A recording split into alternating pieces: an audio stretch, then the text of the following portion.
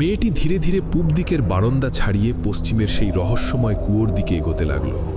তার পিছু পিছু ইন্দ্রজিৎ এক অমোঘ সম্মোহনে তাকে জড়িয়ে নিয়েছে। নিজের বৈজ্ঞানিক যন্ত্রপাতির কথা সে ভুলেই গেল রীতিমতো। পশ্চিমের কুয়োর সামনে চাদর মুড়ি দিয়ে বসু জেঠা, হাতে একটি মাংসের টুকরো। কিন্তু তিনি কুয়োর কাছে পৌঁছানোর ঠিক আগে সে দেখল ইন্দ্রজিৎকে হাওয়ায় ভেসে ভেসে এদিকেই আসছে, সঙ্গে এক নারীর ছায়া মূর্তি। মেয়েটি ইন্দ্রজিৎকে নিয়ে নিমিষেই কুয়োর গভীর অন্ধকারের ভেতর অদৃশ্য হয়ে গেল।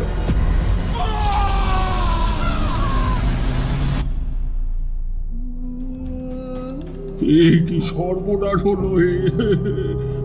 আমি কি করলাম? আমাকে মা সাহেবকে সব সত্যি কথা বলতে হবে। আমাকে বলতে হবে, আমাকে বলতে হবে। ভোর হতেই বসু গ্রামের প্রধান মশাইকে ডেকে আনলেন। এই ঘোর বিপদে প্রধানের মতো জনদরদি মানুষই একমাত্র ভরসা।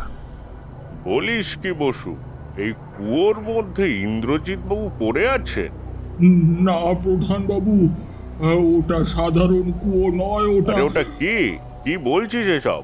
ও আমি আপনাকে পরে বুঝিয়ে বলবো, আগে মা সাহেবকে সব জানাতে হবে। আপনি আমার সঙ্গে ভেতরে আসুন। সুপর্ণা তড়িঘড়ি ঘুম থেকে উঠে হাঁসফাঁস করতে করতে দেখল ইন্দ্রজিৎ পাশে নেই।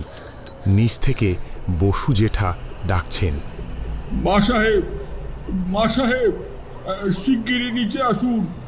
ঘোর বিপদ হয়ে গেছে মা সাহেব। ইন্দ্র বাবা সাহেবকে মঞ্জুরি তুলে নিয়ে গেছে মা সাহেব। কি নাম বললে? মঞ্জুরি, চন্দ্র মঞ্জুরি।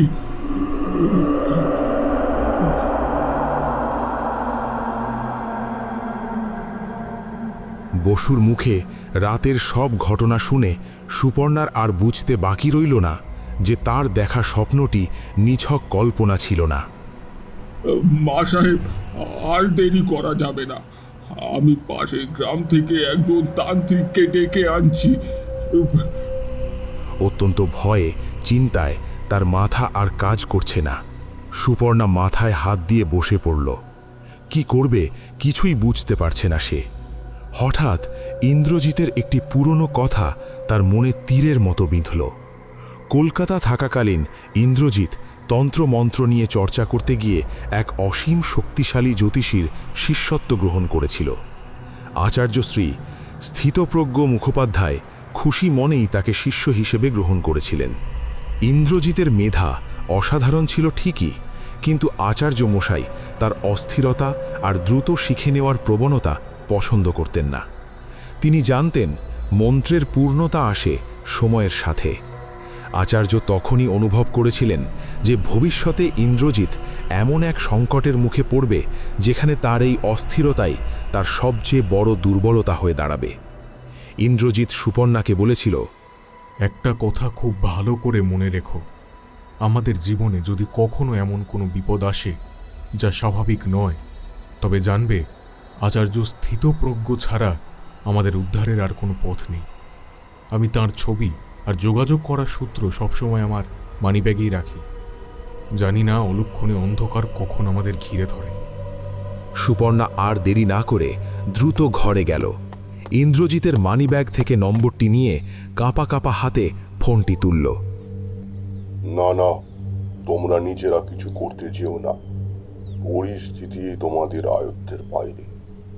আমি আজ দুপুরের ট্রেনেই নন্দনবাড়ির উদ্দেশ্যে রওনা দিচ্ছি।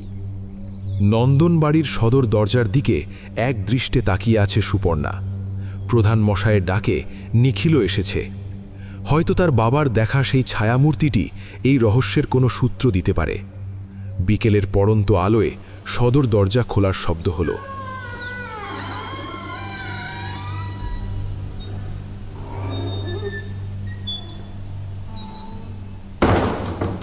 সুপর্ণা দেখল শ্বেতবস্ত্র পরিহিত এক বলিষ্ঠ বৃদ্ধ ভেতরে প্রবেশ করছেন। পরনে ধবধবে সাদা পায়জামা পাঞ্জাবি, তার উপর গেরুয়া চাদর জড়ানো। এক হাতে লাঠি থাকলেও তার পদক্ষেপে বার্ধক্যের লেশ মাত্র নেই। কাছে আসতেই সুপর্ণা দেখল মোটা ফ্রেমের চশমা আর ঘন লম্বা গোঁফ দাড়ির আড়ালে চিন্তিত মুখাবয়ব। আমি যখন আসছি মা, তখন সকাল থেকে তোমার এইভাবে অভুক্ত থাকা ঠিক হয়নি। এরপর তিনি পাশে দাঁড়ানো নিখিলের দিকে তাকালেন। তোমার বাবা যে ছায়াটি দেখেছিলেন, সেটি কি গ্রামের উত্তর ঝিলটার দিকে? হ্যাঁ হ্যাঁ আগে হ্যাঁ, ওইদিকেই তো। কিন্তু আপনি কি করে জানলেন? এখন আমার ক্ষমতা যাচাইয়ের সময় নয়, তোমরা ভিতরে চলো, বাকি কথা ভিতরেই হবে। বসার ঘরে চেয়ারে বসে 2 হাতে লাঠিটি ধরে তিনি সরাসরি বসুর দিকে তাকালেন। আমি আসার পথেই আমার চেতনাকে এখানে পাঠিয়ে রেখেছিলাম। তোমাদের মনে কি চলছে তাও কিন্তু আমি দেখতে পাচ্ছি। তাই কিছু না লুকিয়ে এবার সব সত্যি কথা বলে ফেলো দেখি বাবা শশীভূষণ। হ্যাঁ, না না, আপনার কোথাও একটা ভুল হচ্ছে আচার্য মশাই। এইখানে শশীভূষণ বলে তো কেউ থাকে না। আমি শশীভূষণ। আমি শশীভূষণ বসু। আমি বুঝেছি আচার্য মশাই, আপনার মতন বিজ্ঞ মানুষের কাছে কিছু গোপন করা পাপ। আমি সেই অপরাধী যে প্রতি শনি আর মঙ্গলবার কুয়োতে মাংসের টুকরো ফেলে ওইটিকে জাগিয়ে রেখেছিলাম। আজ সেই কুয়োর দরজা আমার বাবা সাহেবকে গিলে খেয়েছে। তিনি যখন বাড়ির ইতিহাস জানতে চেয়েছিলেন, আমি যদি সেই দিনই সত্যিটা বলে দিতাম, তবে হয়তো তিনি আর অনুসন্ধান করতেন না এবং আজ এই বিপদেও পড়তেন না। কিন্তু কি করব বলুন? ইন্দ্রজিৎ সাহেবের ঠাকুরদা আমার দাদাকে মরার আগে বলে দিয়ে গিয়েছিলেন যেন বংশের কেউ এই ইতিহাস জানতে না পারে। ভেবেছিলাম মাংস পেলে ওই ক্ষুধার্ত দরজাটা শান্ত থাকবে, কিন্তু তার হলো না।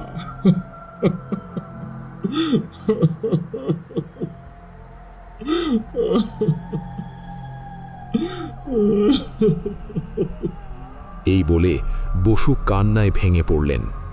বিকেলের ম্লান আলো বারান্দার ফাঁক দিয়ে ঘরে এসে পড়েছে। চারদিকের নিস্তব্ধতায় বসুর কান্নার শব্দ ভারী হয়ে উঠল। তোমার মনি ভক্তি আর এই পরিবারের প্রতি একনিষ্ঠতা আমার অজানা নেই, কিন্তু এখনো তুমি সেই মূল কথাটি বলনি, যা ছাড়া ইন্দ্রজিৎকে বাঁচানো অসম্ভব। আজ থেকে 150 বছর আগে এখানে কোনো অট্টালিকা ছিল না। নন্দন বাড়ি প্রায় 100 বছরের পুরনো।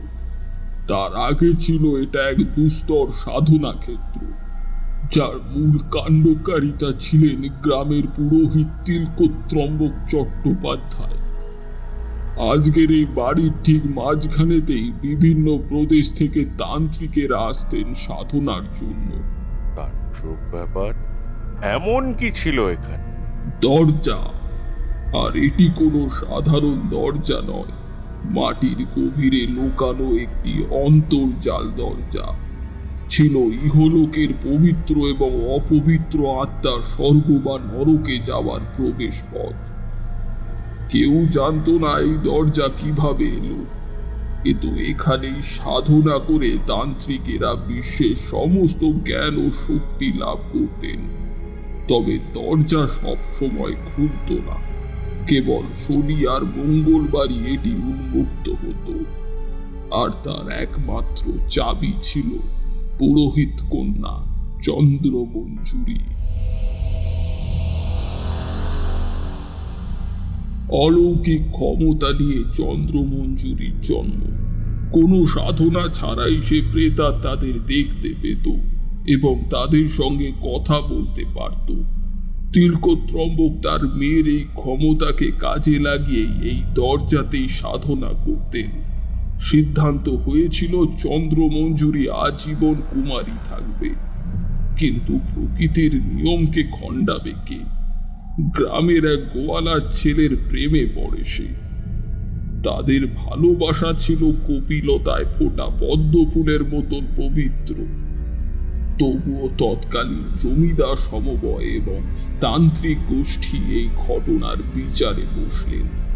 সেই বিচার সভাতেই তিলকোত্রম্বক এবং তৎকালীন দিঘল গ্রামের জমিদার স্বয়ং নন্দন বাড়ির পূর্বপুরুষ পৃথ্বীরাজ রায়চৌধুরীও উপস্থিত ছিলেন।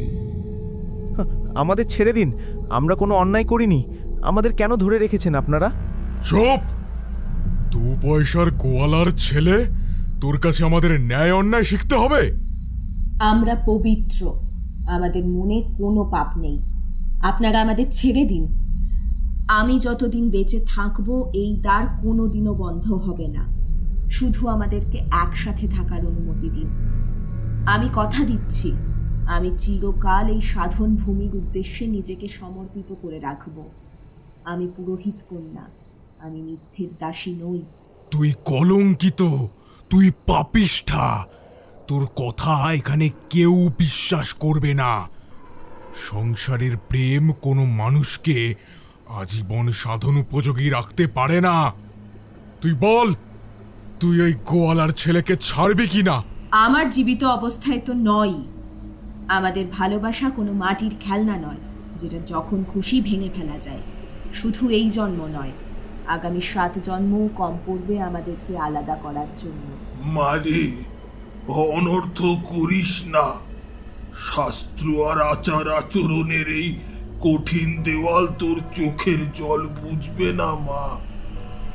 এই অন্ধকার সমাজের জেদ ভাঙার সাধ্য আমাদের নেই রে। এর পরিণাম হলো হলাহল বিষের মতন ভয়ঙ্কর। তুই ওই ছেলেটাকে ছেড়ে দে মা, সমাজকে শান্ত কর। এই বিসর্জনই হয়তো তোর কপালে লেখা ছিল। চন্দ্রমঞ্জুরির বুঝতে বাকি রইল না যে এই পিতা তার পালক পিতা নন। এখন সেই তান্ত্রিক সমাজের দাসে পরিণত হয়েছে। আমাদের ছেড়ে দিন, আমরা কথা দিচ্ছি, আমরা কখনো এই পবিত্র ভূমিকে অপমানিত করব না। আমরা সব নিয়ম মেনে আপনাদের আনুগত্যে থাকব সারা জীবন। শুধু দয়া করে আমাদেরকে আলাদা করবেন না। মূর্খ যুবক! অপমান তো সেই দিন হয়েছিল যেদিন ভালোবাসার পাঁকে কলঙ্কিত হয়েছে এই মেয়ে। হায় হায় ভগবান, কেন এই দুর্ভাগা কুলে তোর জন্ম হয়েছিল? মেয়েকে রক্ষা করার শক্তি এই অধম পিতাকে কেন দিলে না প্রভু? আজ আমার আজীবনের পূর্ণতা তোর কান্নার কাছে পরাজিত হয়ে গেল।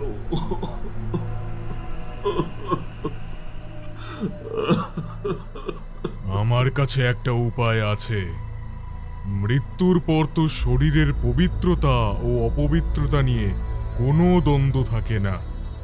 তাই আমার মতে ওই কলঙ্কিনী কুল পাপিষ্ঠা স্ত্রীকে মৃত্যুদণ্ড দেওয়া হোক, আর তার আত্মাকে এই পবিত্র অন্তর্জাল দ্বারের মন্ত্রক্ষেত্রের সাথে অনন্তকালের জন্য বেঁধে ফেলা হোক। এর ফলে আর কোনোদিন এই দ্বার নিষ্ক্রিয় হবে না। আপনারা যতদিন চাইবেন আপনাদের প্রয়োজনে অন্তর্জাল দ্বার ব্যবহার করতে পারবেন। সবাই সেই সিদ্ধান্তে রায় দিলেন। তিলকোত্রম্বকের চোখে অশ্রুর ধারা ফুটে উঠল। একজন প্রশ্ন করল, তাহলে এই ছেলেটির কি হবে? জমিদার সাহেব বললেন, ও বেঁচে থাকলে বারে বারে এই স্ত্রীকে মুক্ত করার চেষ্টা করবে, আর তাতে এই সাধন ক্ষেত্রে ব্যাঘাত ঘটবে। তাই ওকেও মৃত্যুদণ্ড দিয়ে গ্রামের উত্তরের বটগাছের নিচে পুঁতে ফেলা হোক, এবং ওর আত্মাকে চিরজীবন ওই বটগাছে বেঁধে রাখা হোক, যাতে এই পাপিষ্ঠা মেয়ে আর এই গোয়ালার ছেলের আত্মা কখনো এক না হতে পারে। তৎকালীন মানুষ অন্ধবিশ্বাসে এতটাই আচ্ছন্ন ছিল যে চোখের সামনে এমন অবিচার হতে দেখেও কেউ প্রতিবাদে হাত বাড়ালো না। এমনকি নিজের কন্যাকে তিলে তিলে শেষ হতে দেখেও পুরোহিত মশাই পাথরের মতো নিশ্চল হয়ে রইলেন। মঞ্জুরির জীবনকে চিরকালের জন্য এই সাধনা ক্ষেত্রের সঙ্গেই আষ্টে পিষ্টে বেঁধে ফেলা হলো, কিন্তু তার রসানলে পড়ে একের পর এক তান্ত্রিক প্রাণ হারাতে লাগলেন। পরবর্তীতে জমিদার বাবু এই কুখ্যাত জায়গাটির ওপরেই নন্দনবাড়ি নির্মাণ করেন। 20 জন তান্ত্রিক মিলে চন্দ্রমঞ্জুরিকে ওই অন্তর্জাল দরজার ভেতরেই বন্দী করে চিরকালের জন্য বন্ধ করে দেয়। তান্ত্রিকেরা বলেছিলেন এই দরজার ত্রিসীমানায় জমিদার পরিবারের যেন কেউ না আসে। যদি আসে তবে এই দরজা পুনরায় উন্মুক্ত হবে এবং এই বংশের কারোর প্রাণ না নেওয়া পর্যন্ত এটি বন্ধ হবে না। প্রতি শনি ও মঙ্গলবার কোনো মৃত পশুর মাংস দিয়ে এই দরজার পুজো দিতে হবে, তবেই এটি শান্ত থাকবে। সেই দিনই ইন্দ্রবাবু আর মা সাহেব এখানে এলেন। আমার মনে কেমন একটা কু ডেকেছিল। আমি ভেতরে গিয়ে অনেক খুঁজে একটি ছবি বের করি এবং তাতে জমিদার বাবুর ছবি দেখি। ইন্দ্রজিৎ বাবু হুবহু জমিদার পৃথ্বীরাজ রায়চৌধুরীর প্রতিচ্ছবি।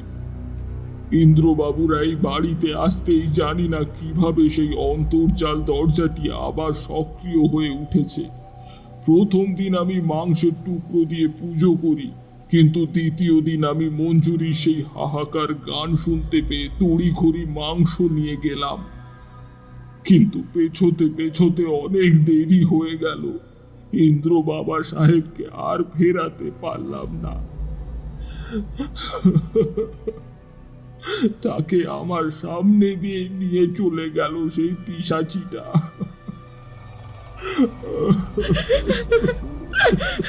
আমি কি তাহলে ইন্দ্রকে চিরতরে হারালাম আচার্য মশাই?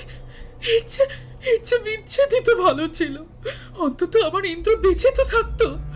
আমি তাকে মৃত্যুর মুখে ঠেলে দিলাম। এখন আমি মেয়েকে কি জবাব দেব? কি বলবো তার বাবা কোথায়? মাথা নিচু করে সব শুনছিলেন আচার্য মশাই। এবার তিনি মুখ তুলে চাইলেন। ইন্দ্র হয়তো এই রহস্যের খুব কাছাকাছি পৌঁছে গিয়েছিল, কিন্তু তোমাকে কিছুই বলেনি, তাই না মা?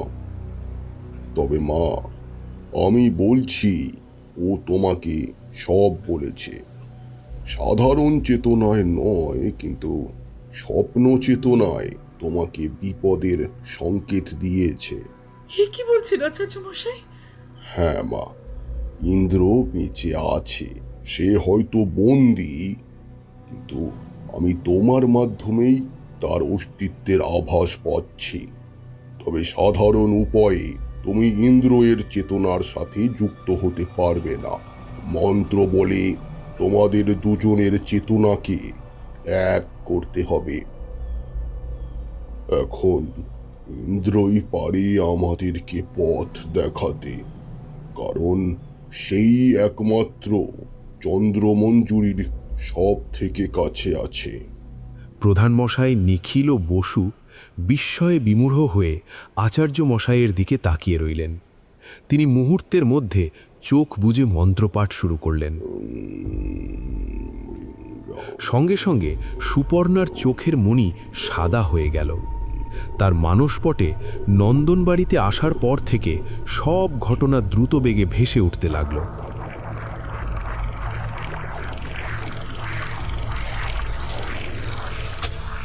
প্রধানমশাই, বাজারে বসা ওই অন্ধ বৃদ্ধার ব্যাপারে আপনি কিছু জানেন? ও, আপনি রাধা মায়ের কথা বলছেন? আমরা সবাই ওনাকে মা বলেই ডাকি। আমার জন্মের আগে থেকেই তিনি এখানে আছেন।